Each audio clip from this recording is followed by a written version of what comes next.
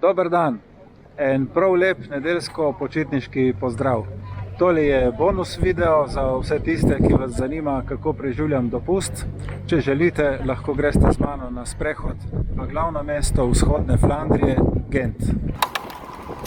Danes je krasno sončno vreme in prijetnih 24 stopinj Celzija, kar je tudi maksimum, kar smo imeli do zdaj v Belgiji. Drugače pa moji kolesarski gledalci ne skrbite, kolesarski video bo tako kakor zmeraj v sredo, se bom pa prvič v življenju vozil z gorskim kolesom. Midva sva se sem pripeljala z avtom, približno 1 urco po avtocesti in parkirala kakšen kilometer ven iz tega centra. Gent je podobno kot Bruges zgrajen na teh rečnih kanalih in midva si ga bova peš ogledala tekom dneva. Ker pa je ura že pol enih, greva najprej nekaj pojest. Sva pa dobila tle en tak super ambient ob vodi, bova nekaj lahkega pojedla.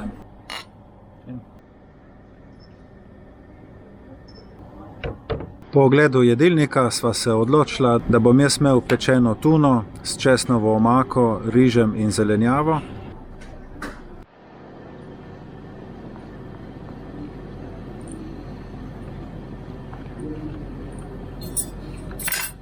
Zelo dobra tuna in tudi lepo dekoriran krožnik in okusna zelenjava. Vlasta bo imela pa škampe s kokosovim mlekom, paradižnikovo in česnovo omako, rižem in solato.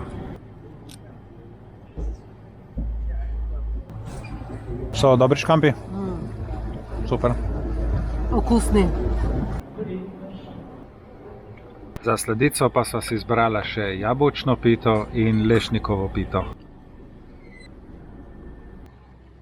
Super je sočna. Pojedla sva, hrana je bila super okusna, malo pretirana cena, za vse skupaj je bilo 87 evrov. Zdaj sva se pa premislila in ne bova šla takoj peš čez mesto, ampak bova najprej naredila en krog z ladjico, da sploh dobiva vtis, koliko veliko mesto je in kako so razporejene te njegove najbolj znane turistične točke. Izlet z ladjico traja 50 minut, cena na osebo je pa 9 evrov. Evo, smo že na ladjici, pripravljeni na odhod. Še malo sence smo si izrihtali in to je to. Welcome on board. Welcome in my city, which happens to be the most beautiful city of Belgium.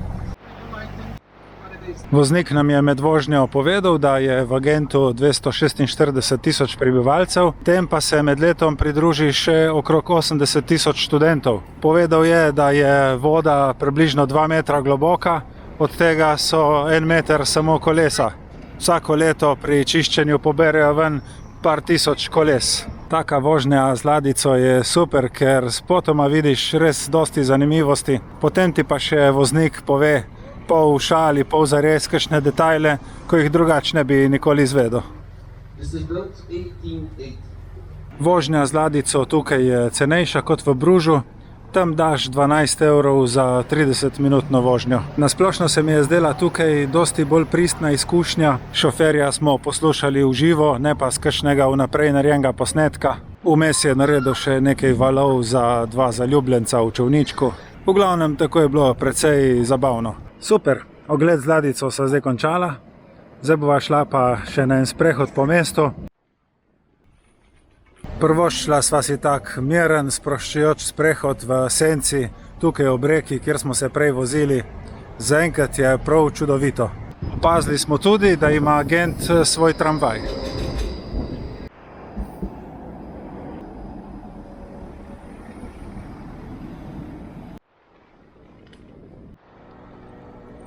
Upam, da vmes najdeva tudi eno pivo, da vam ga še posebej predstavim. Govorim namreč o pivu z oznako Trappist.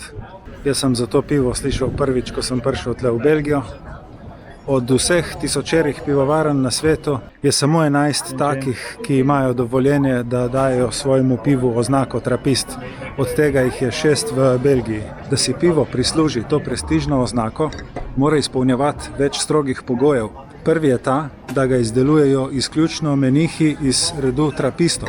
Vso proizvodnjo morajo opraviti in nadzorovati menihi. Surovine za izdelavo piva morajo biti pridobljene na območju samostana in ves zaslužek, ki ga od piva dobijo, gre za delovanje samostana. To je res, čeprav malo dražje, ampak izredno odlično pivo. Karkoli ostane dobička, dajo vse v dobrodelne namene.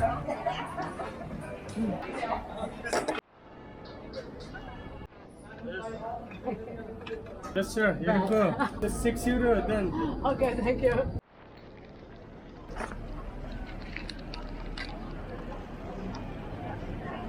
Tako po pivu so zapasali pa še belgijski vaflji.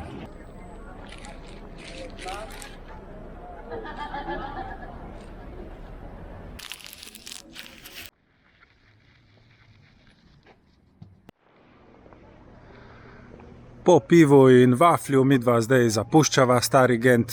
Krasen dan sva preživela. Če koga od vas zanima več, si lahko pogleda na kanalu 10.000 korakov na dan. Upam, da ste dobili en droben vpogled v moje dopustovanje. Upam, da so vam bili posnetki všeč. Drugač pa vsem najlepša hvala za pozornost in se vidimo prihodnjič. Čau, čau. Ciao, ciao.